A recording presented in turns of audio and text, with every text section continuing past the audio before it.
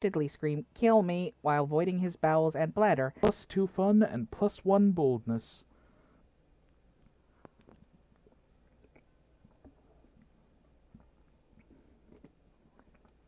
Welcome to day 2.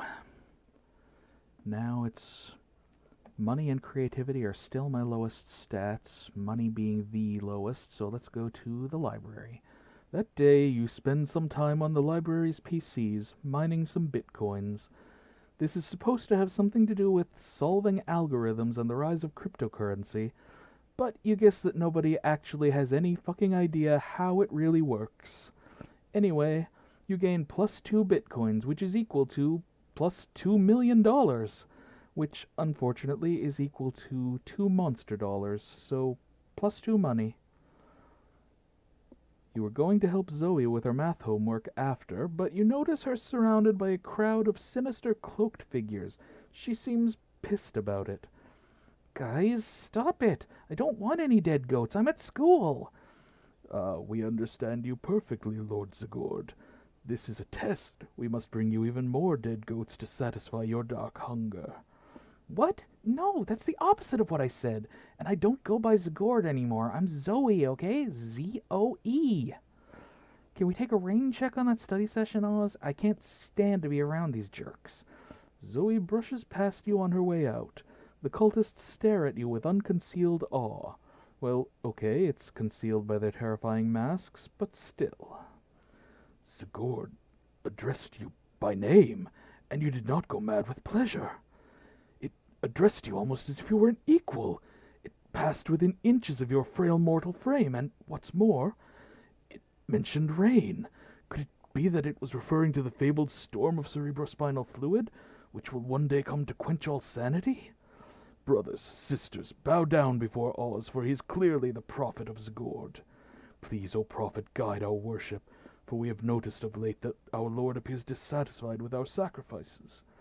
The blood of many goats once pleased Zagord, and yet now we do not understand what has changed.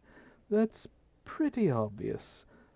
Perhaps, given your special relationship with our incomprehensible master, you could suggest a new sort of sacrifice that would please it? Fuck it. You've got nothing better to do. You decide to be a prophet for the day. You tell them that what they should really be sacrificing... Sacrifice your own harmful prejudice. I'm not creative enough for that. Hell. Of course, our own harmful prejudices. Where in the body are those located again? You tried to explain that you were being metaphorical, but they're too busy discussing amongst themselves. Yes, in the pancreas. Break out the sacrificial scalpels. You've never watched a crowd of people cheerfully disembowel themselves before. It's bad. Hey, Oz, I realized I forgot my... Sigurd has come. Quick, comrades, shower our Dark Master with proof of our ultimate sacrifice. Hey, stop throwing your pancreases at me. Not cool. But it's too late. The cultists are all dead now because cutting out your own pancreas is not a healthy thing to do. Ugh, if I had a nickel for every time a group of my cultists died of misguided organ loss. This is not how I want my life to be anymore. This is so depressing. I'm gonna go stare into the void until it stops staring back. Fuck. Who's gonna clean up all these dead bodies? You lose -2 boldness and -1 fun. Ugh. Where do I sit now? Okay, boldness and creativity are still okay. I'm gonna go sit with Zoe and Miranda. It's not like Zoe and Miranda aren't always the perkiest of gals, but they seem extra perky as they skitter around writing things down in notebooks. Doubtless you're admiring our great work, Oz. You see, we are now food critics. Zoe has hired me for her magazine, Totally a Real Food Magazine. It's an honor to have you on board, Your Highness. Zoe holds up a bunch of papers stapled together with doodles in crayon that seem to be eldritch runes with some sparkly scratch and sniff stickers stuck on top. If you are quiet and subservient, you may watch us in our quest to be the best food critics ever. I was a little hesitant about founding this very legitimate magazine since I'm new to eating things other than minds and souls. and I usually have my eating serfs eat for me, but then Zoe and I realized we're the absolute best food critics according to our test audience, which was comprised of Miranda's food serfs. Now watch us create culinary criticism magic. First up, macaroni and cheese. This food item contains both macaroni and cheese, and therefore deserves 5 stars for this accurate description. Next, couscous with vegetables. I've never tried it, and the pieces seem way too small to even register in my many mouths. I won't try it either, but the name sounds very, very fancy, so 5 stars. Here is this microwave. Yes, this is very shiny and very cubic shaped, which are both good qualities for a food. 5 stars. Here are some French fries. They don't seem to be particularly French, but they don't seem particularly un-French either. Dear, how will we ever determine their Frenchosity? Easy. That's your specialty.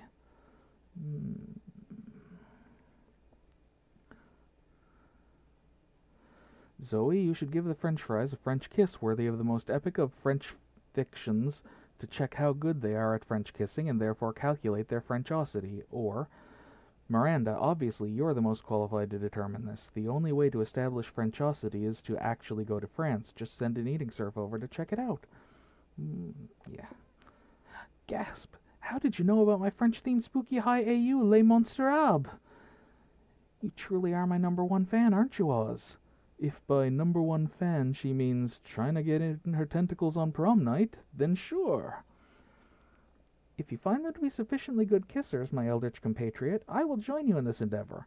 It will be good practice for when my prince comes along, provided I'm not in an enchanted slumber at the time. I really feel like people shouldn't be kissing people in any kind of slumber, but that's a separate issue, so I'm just going to make out with a fried potato now. She does. Yes, I found that kiss to be both French and fried. 5 stars. 5 stars. And Oz, maybe you and I can work on other kissing adventures sometime. Heck yeah! And you do. It's called giving butterfly kisses to honey-roasted butterflies to determine their butterfly factor. 5 stars.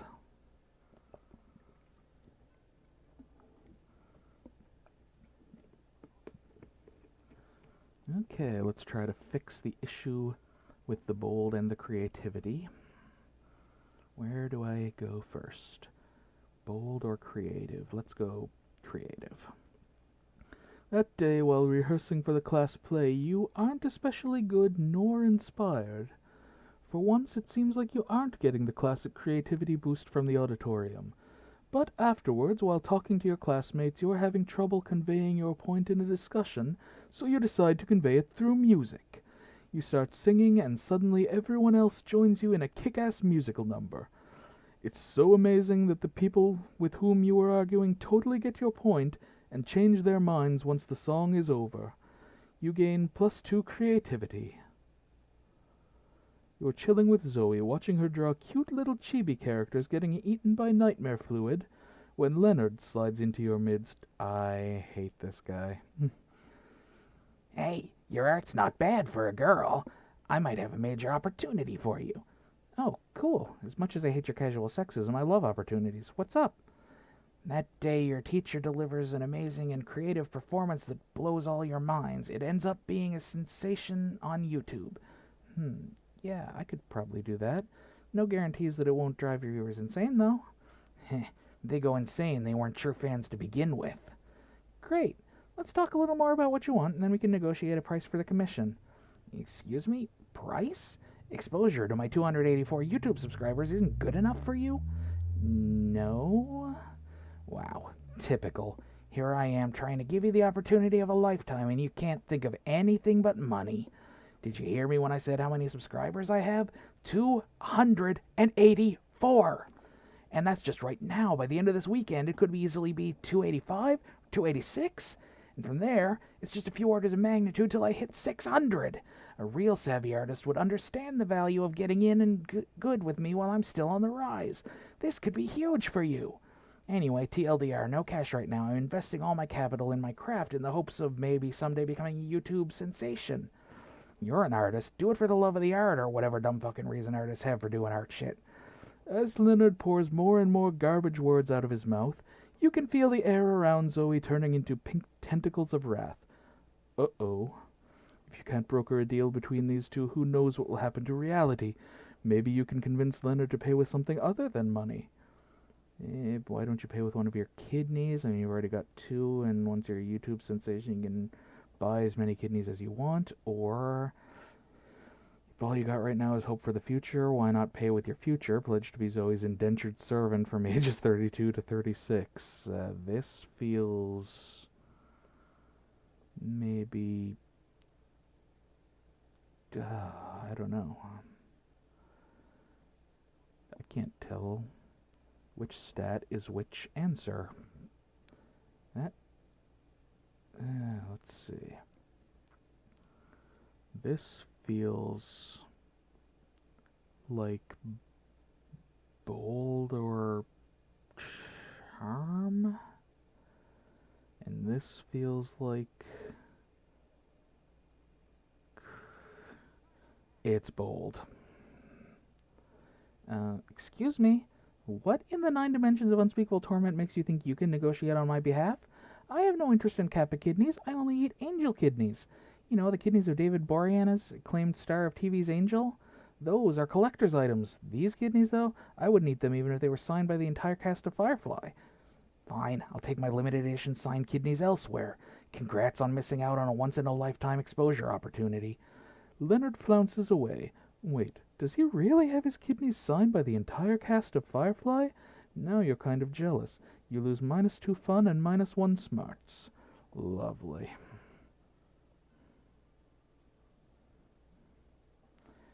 Okay, day 3. Well, my stats are pretty balanced. If I could shift a point from creativity to bold, I'd be even all round. Let's get bold. That day you skip class and just hang out in the bathrooms because you respect no authority. I guess some people just want to watch the world burn. By skipping class and hanging out in the bathrooms, you give +0 shits, but you gain +2 boldness. Zoe is catching up on the latest development on Pirate Oz in her Spooky High Seas fanfic, when suddenly a portal opens up. Never fear, the interdimensional prince is here. I have come to claim my bride, or husband, or non-binary life partner using the terminology of their choosing. The interdimensional prince? I love when he pops up. He always had so much wacky drama. Wait a moment.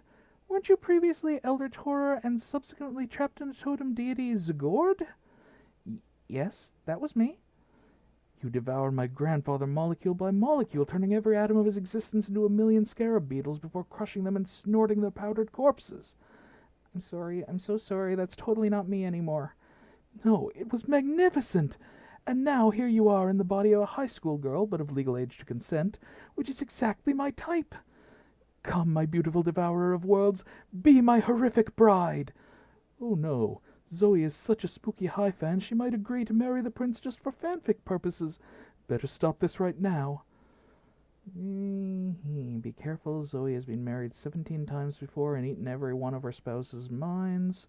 Why get married when you can bounce on this trampoline? That sounds fun. That sounds smart, bold, maybe charm. That is bold. You ate 17 spouses' minds? Well, yeah, but as I said, I was a really different monster then. Also, in my defense, they were all super delicious. 17 minds, though. That just seems like a lot. I don't know. I mean, I like a girl who can eat, but eat that much? Your skin shall peel off in strips and fall to the floor in coils, and the coils will become snakes. And the snakes will devour your muscles and play your skeleton as a xylophone. I actually snacked on a little bit of his mind just then. Way too salty. Not marriage material at all. Damn, Zoe is a boss. Glad she's still unwed, and you get +2 fun and +1 charm for your troubles. That hurt my throat. I hope she doesn't do that too much more. Okay, now, let's join... Paul is not even here, so it's gotta be her. You sit down... One moment. Hydration is important, especially after damaging your throat like that.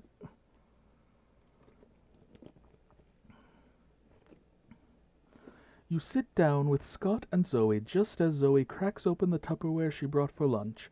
You're not sure what's inside, but it sounds like it's screaming.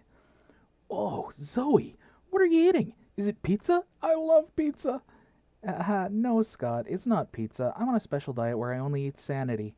Ooh, Sanity. I bet that's chock full of protein. Not really. It's mostly chock full of horror. It's better fresh, but that's a lot messier, so when I come to school I pack leftovers in this Tupperware instead. So smart. What does Sanity taste like? Well, you know when you're sucking the marrow out of the ethereal bone fragments harvested from the carcass of a rival deity you've slain? I don't think I've ever eaten a rival deity. Do I have a rival deity? Is it fireworks? I hate fireworks. No. Let's see. Have you ever drunk a child's tears filtered through its mother's severed scalp while an orchestra plays a tuneless melody on instruments of flesh? I've had pizza. Is that close? Not really. It's more like cashews. Cashews and shrimp. Oh, cool. I knew it was high in protein. Can I try some? Can I?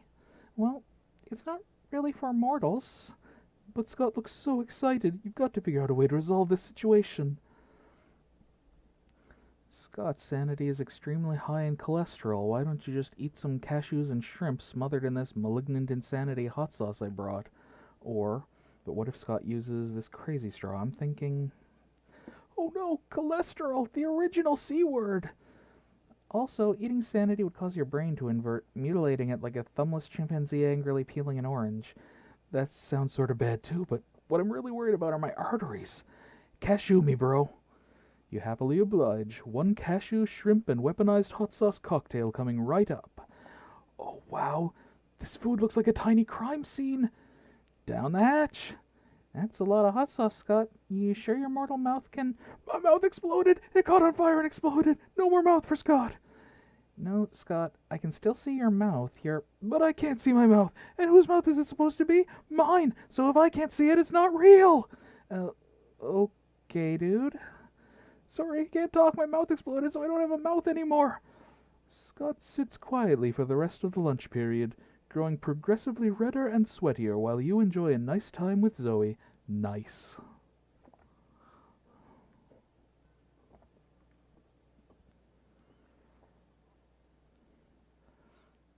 Oh, wow. Smarts and money are my low points again. Smarts was never. It was creativity and money before, wasn't it? Anyway. Smarts. That day you listen to your elders and learn valuable lessons. Sometimes after all the monster nonsense and the dating gimmicks, you forget that attending class is supposed to be the primary activity at this high school. You gain +2 smarts. So I was playing FOF. Oh, I was playing FOF. I'm Zoe, and I was playing FOF. I hope that stands for fuck off faker, because that's what you are. You're a faker! What? How do you figure, Leonard? I was just trying to tell Oz how much fun I was being a fake gamer girl. Because if you were a real gamer girl, you wouldn't need to talk about how fun games are. You would just be playing them. A real fan doesn't go around shoving their fanness in people's faces. That's just what girls do because they're doing it for attention. Leonard, literally all you do is try to prove that you're a real fan. You're the one who interrupted this perfectly normal conversation. You see why I hate this guy now. Fake conversation. Leonard. Fake Leonard. No, wait, real Leonard. Girls are the fake ones. So, are you saying there are no real gamer girls? I thought I had met one once. She wasn't like all the other girls, right up until she was, when the bitch friend-zoned me and went and dated some asshole Chad Cabra. Wait, how did that have anything to do with her interest in gaming? Poor Zoe, she's new enough to this whole being a high school girl thing that she has no idea that there is no reasoning with the Leonards of the world. Not to be a white knight or anything, but you really should step in and find a way to distract Leonard so you and Zoe can discuss absolutely gender-neutral topics like gaming in peace. This feels smart or fun, which are my 2 strongest stats right now. This feels bold or creative. This is creative. Crap. You pull out your phone and quickly create a Twitter profile of the first ever legitimate gamer girl. And that, Zoe, is why you're a fake, attention-craving... Oh, wait, someone just followed me on Twitter, and I must vet them immediately. Real Gamer Girl 42069. Oh, sure, you're a real gamer girl, real gamer girl. I'll be the judge of that. She barely knows anything about senior regular samurai frogs. What a fake fan. Oh, but scroll down and she's posting all these obscure facts like she needs to prove she's better than everyone. Bitch. Wait, so she somehow knows too little and too much about this show? Framing all these pictures just of her face like she doesn't know everyone just wants to see her body. And look, doing all these cosplays and skimpy outfits just for the attention. So now she's wearing too much clothes and too little clothes? And here, that fake little... No. You're done. May the sinks swell into seas as you try to wash your hands and drown you in their depths. May your fingernails grow inwards and crawl up your weak arms and pierce your brain. Sorry. May you be bowled over by 1,000 farts, as is the traditional way of defeating a kappa. Oh my, that was too personal. I shouldn't be specious, no matter how. Absolutely abominable. You are. I'm so sorry. Zoe runs away in tears, and you run away with -2 charm and -1 fun.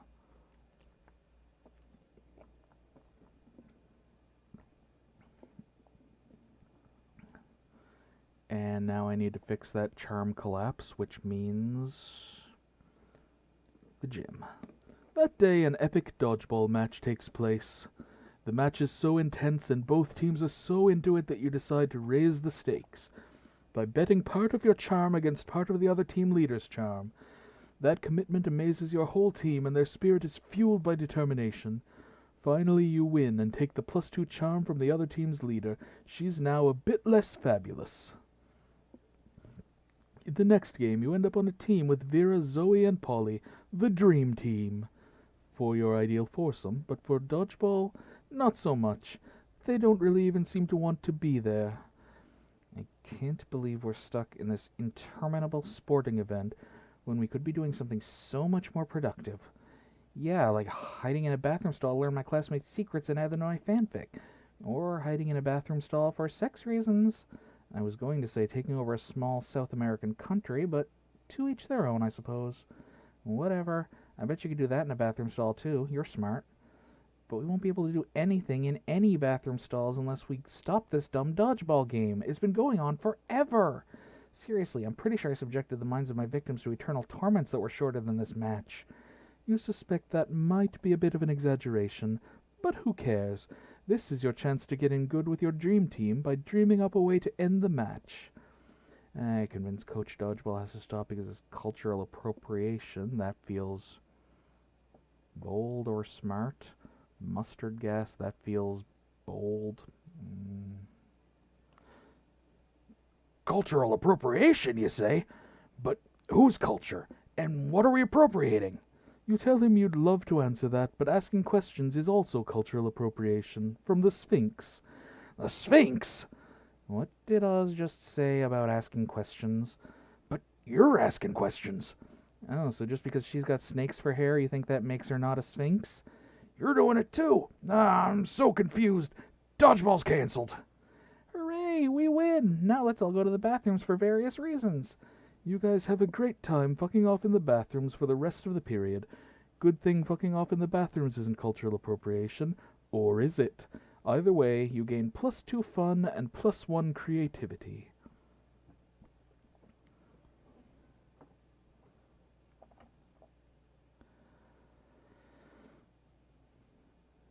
Zoe and Calculester. Fun. You sit down with Zoe and Calculester. Zoe seems to have brought some fresh sanity today. That is, she has a screaming man strapped to the table and is currently siphoning his sanity out through his eye sockets. Friend Zoe, I'm afraid I must take issue with your current practice. What, eating?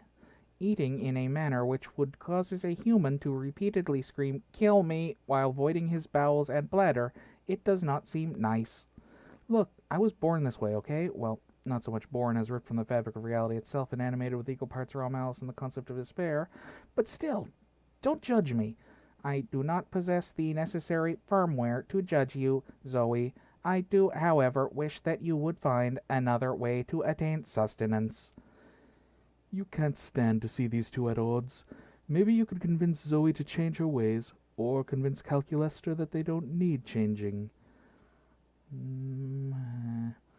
Oh, come on, Calculester. Sanity isn't even one of the top 5 worst things Zoe could be devouring from this dude. Status skeptical. Please list 5 things worse to devour from this man than his sanity. Oh, that's easy. Deep-seated insecurities is one. Poop's another. Crippling fear of death present in all mortals. P. Worst of all, opinions. Are his opinions really that bad? Well, he's a prominent user on Reddit. Understood. Analysis complete. Sanity is an acceptable food substitute compared to several things that are worse. Nice. It's like I always say, when life gives you lemons, compare those lemons to the all-consuming void. The void is way worse than a couple of lemons. You couldn't agree more. Mostly because you're interested in smooching Zoe, but still.